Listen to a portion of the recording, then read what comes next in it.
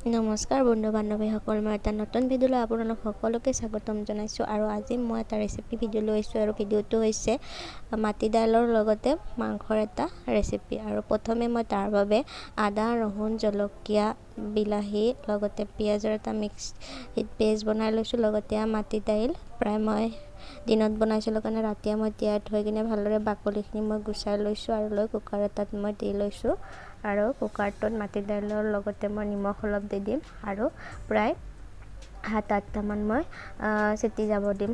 আপোনালোকে যিমান সময় ইয়াক তিয়াই থ'ব তাৰ ওপৰত নিৰ্ভৰ কৰে আপোনালোকে কেইটা ইয়াক চিটি লগাব পাৰে।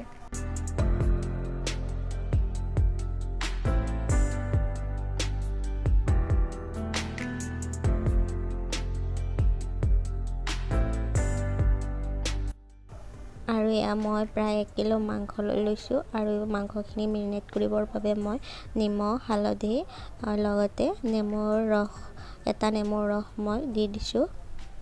চাব যাতে নেমুৰ গুটিটো তাত মিহলি নহয়। আৰু এতিয়া এইখিনি ভালদৰে মিহলি কৰি মই প্ৰায় আধা ঘণ্টামান সময়ৰ বাবে মেৰিনেট কৰি ৰাখি থ'ম। আৰু আনফালে মই গৰম কেৰাহীত তেল দি লৈছোঁ। লগতে তাত শুকান জলকীয়া, তেজপাত আৰু গৰম মছলা, শুকান গৰম মছলা, দালচেনি, ইলাইচি এটা, লং 2টা মই দি দিছোঁ। আৰু তাৰপিছতে মই এতিয়া যিখিনি পেষ্ট বনাই লৈছিলোঁ পেষ্টখিনি দি ভালদৰে মই ভাজি ল'ম। আচলতে আদা নহৰুৰ গোন্ধ লগতে পিঁয়াজ আৰু বিলাহীৰ পানীখিনি নোহোৱা হোৱালৈকে হাই ফ্লেমত মই ঢাকনিখন লগাই ভালদৰে ভাজি ল'ম।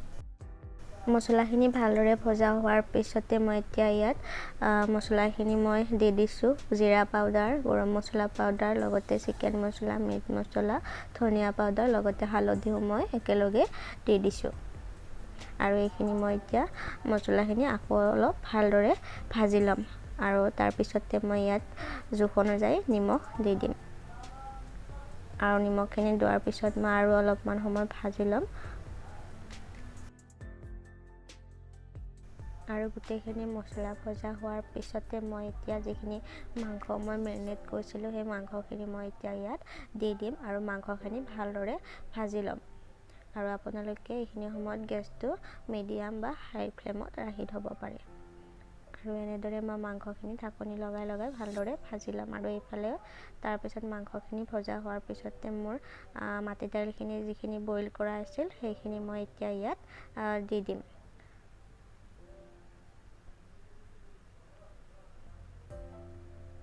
মাটি দাইলখিনি মই দি দিলোঁ। আৰু মাটি দাইলখিনি দি উঠি মই ইয়াক মাংসখিনিৰ লগত ভালদৰে মিহলি কৰি ল'ম। আৰু আপোনালোকে নিজৰ জোখ অনুযায়ী ইয়াক পানী দি ল'ব পাৰে। আপোনালোকৰ নিজৰ পচন্দ অনুসৰি গ্ৰেভিটো বনাই ল'ব। আৰু মই নিমখ টেষ্ট কৰি মই এতিয়া কেঁচা ধনিয়াৰ পাত দি দিছোঁ। ভিডিঅ'টো লাইক কৰিব, শ্বেয়াৰ কৰিব আৰু নতুন হ'লে ছাবস্ক্ৰাইব কৰি দিব। ভিডিঅ'টো চাবৰ বাবে বহুত